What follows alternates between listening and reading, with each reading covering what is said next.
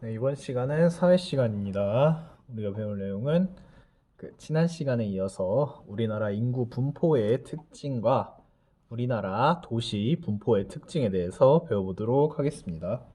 교과서 64쪽에서부터 69쪽의 내용입니다. 이거는 영상을 보지 않고 진행하도록 하겠습니다. 교과서 64쪽 선생님이 읽어볼게요. 지연이는 과거 우리나라의 인구 분포를 나타내는 지도를 보고 지역별로 사람들이 고르게 살지 않았다는 것을 알게 되었다. 그리고 지역마다 인구 분포가 다른 까닭이 궁금해졌다. 인구 분포에 대한 설명이 있네요. 사람들이 어디에 얼마나 모여 살고 있는지 나타낸 것. 이렇게 적혀 있죠. 그 옛날 인구 분포 지도를 한번 볼까요? 옛날에 우리나라 인구 분포 지도를 보면은 보통 바닷가 쪽에 사람이 좀 많네요. 바닷가 쪽에 내륙 지방에는 좀 사람이 인구 밀도가 적은 것을 볼 수가 있죠. 그래서 이제 탐구 문제를 파악해 봅시다. 우리나라의 인구 분포의 특징을 알아봅시다. 가설 설정하기. 지역에 따라 사람들이 모여 사는 정도가 다른 까닭은 무엇 때문일지 예상해 봅시다.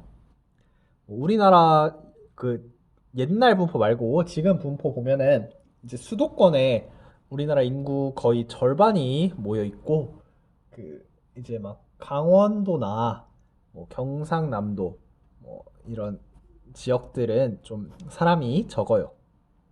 그래서 이제 우리가 추측을 해볼 수 있죠. 왜 어느 쪽엔 사람이 많고 왜 어느 쪽엔 사람이 적을까? 그거를 이제 추측을 생각해 보면은 살기 좋은 곳에는 사람이 많이 모여 살고 살기 나쁜 곳에는 사람이 적게 모여 살 것이다 라고 이렇게 예상을 해볼 수 있어요. 이거 예시처럼 살기 좋은 사람에 사람이 많이 모여 살고 살기 나쁜 곳에 사람이 적게 모여 살 것이다. 당연히 해볼 수 있는 생각이죠. 그랬을 때 살기 좋은 곳이란 어디일 거고 살기 나쁜 곳이란 어떻게 정의를 해볼까요? 살기 좋은 곳의 기준이 뭘까? 살기 좋은 곳. 그럼 또 살기 나쁜 곳은 기준이 뭘까? 네, 이런 것도 생각을 해봐야겠죠. 그래서 자연 환경과 인문 환경에 따라 사람들이 모여 사는 정도가 다를 것이다. 이렇게 또 예측을 해볼 수 있어요. 그럼 어떤 자연 환경, 어떤 인문 환경, 네, 이렇게 또 따져볼 수 있죠. 그래서 살기 좋은 곳이란 교통이 편한 곳. 선생님이 그때 지하철, 버스 이런 얘기 했었을 거예요. 다음 이제 살기 좋은 곳. 여러분 입장에서는 학교 가까운 곳이 학교 먼 곳보다 좋겠죠. 여기가 까치울 초등학교니까 까치울초에서 3분 거리가 까치울초에서 30분 거리보다 여러분들 입장에서는 좋을 수 있겠죠. 다음 직장 가까운 곳. 이건 선생님 입장이네요. 선생님 입장에서 까치울초는 이 정도면 괜찮게 가까운 곳이죠. 다음 이제 장사 잘 되는 곳, 주택이 많은 곳. 장사하시는 분들한테는 장사 잘 되는 곳이 살기 좋은 곳이죠. 또 이제 집을 구해야 하는 신혼부부 같은 경우에는 주택이 많은 곳이 살기 좋은 곳일 수 있어요. 다음 이제 용수 조달이 쉬운 곳은 농사나 공업하시는 분들에게 필요한 조건일 수 있겠네요. 옛날에는 이제 옛날 기준 이제 농사가 잘 되는 곳, 너무 춥거나 덥지 않은 곳. 그다음에 자연 환경에는 지형 기후를 따질 수 있겠죠. 그다음에 산업 교통도 따질 수 있겠고요.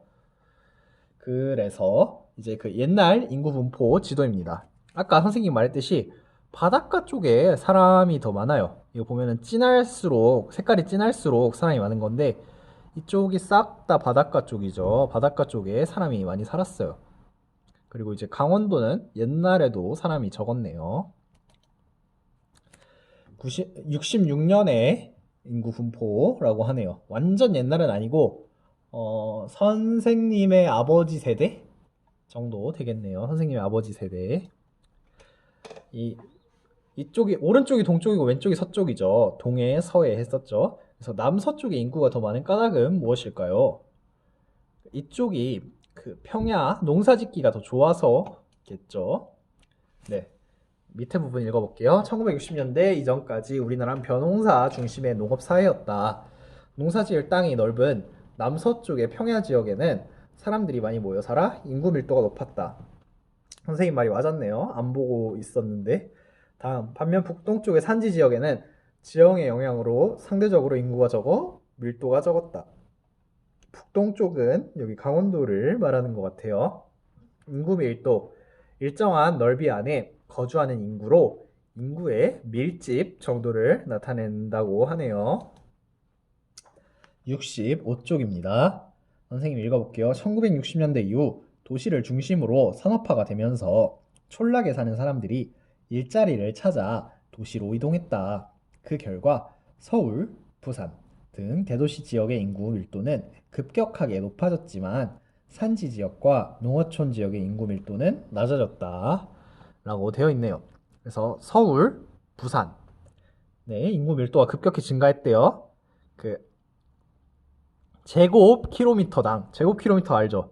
킬로미터를 1km 곱하면 제곱킬로미터입니다. 우리 수학에서 1cm 1cm 곱하면 제곱센티미터라고 배웠죠.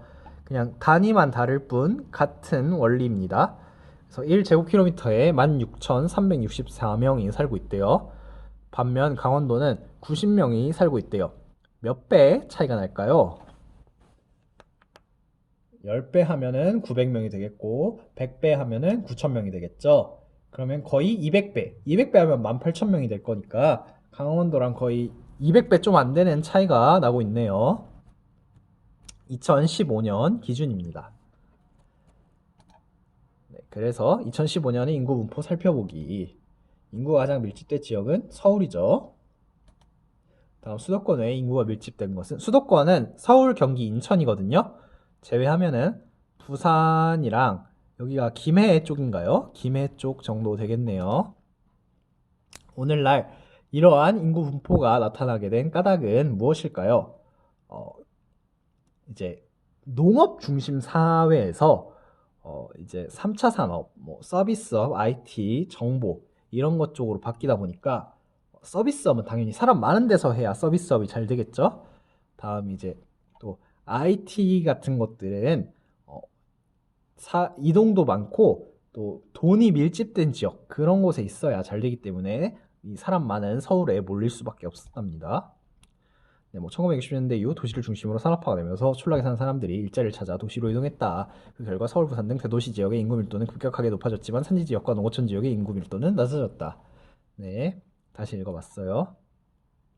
우리나라에서 인구가 가장 밀집한 지역은 서울을 중심으로 인천과 경기를 포함한 수도권이다. 다시 수도권이 뭐라고? 서울, 인천, 경기. 이 지역에 우리나라 전체 인구의 약 절반이 모여 살고 있다. 이 서울, 인천, 경기가 우리나라의 거의 절반이에요, 진짜로.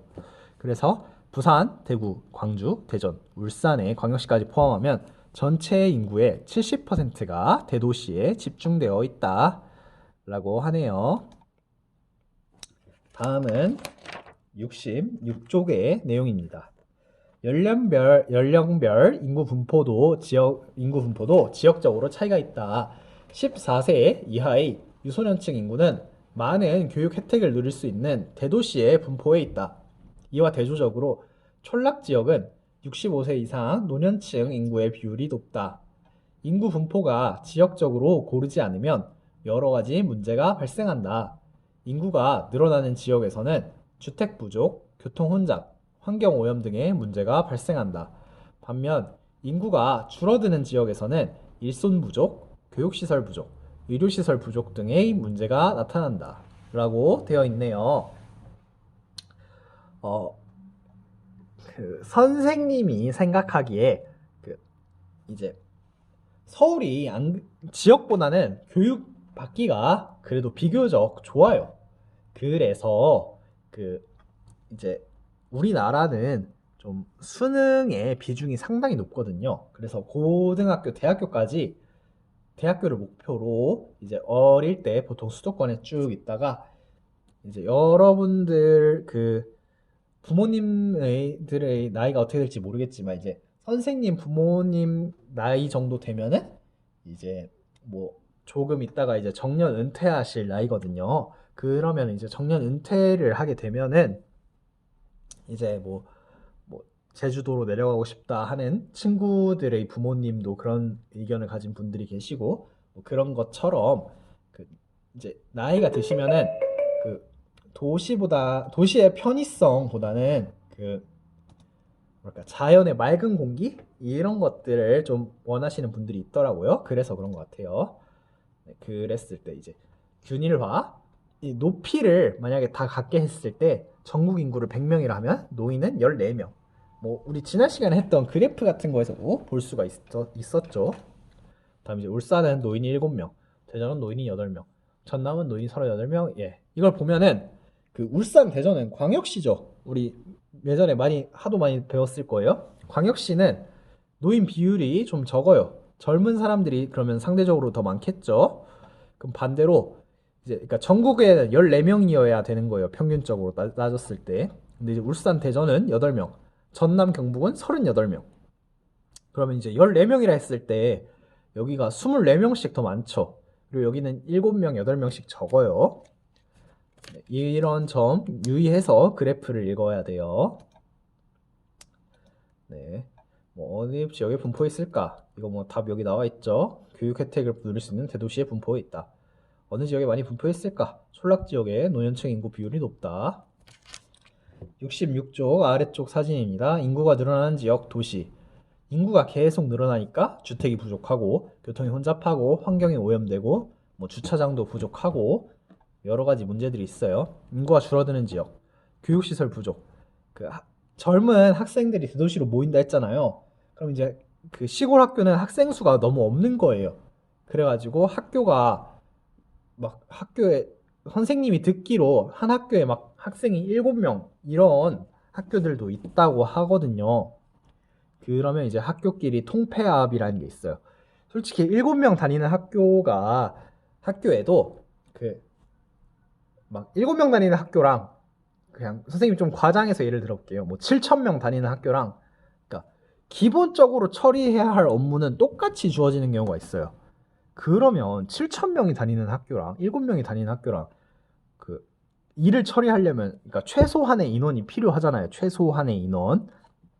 그러다 보니까 그 7명 때문에 그런 인원들을 유지하다 보면은 뭐 국가 입장에서 돈 낭비라고 생각할 수도 있겠죠. 그래서 통폐합이 일어나는데 7명 있는 학교, 그리고 또 주변에 뭐 10명 있는 학교, 15명 있는 학교 있으면은 학교 두 개를 허물고 한 곳으로 합치는 거야. 그래도 30 몇 명밖에 안 되겠지만 뭐 7명 학교, 10명 학교, 15명 학교 따로따로 운영하는 것보단 낫잖아요. 뭐 그런 식의 일이 발생을 해요.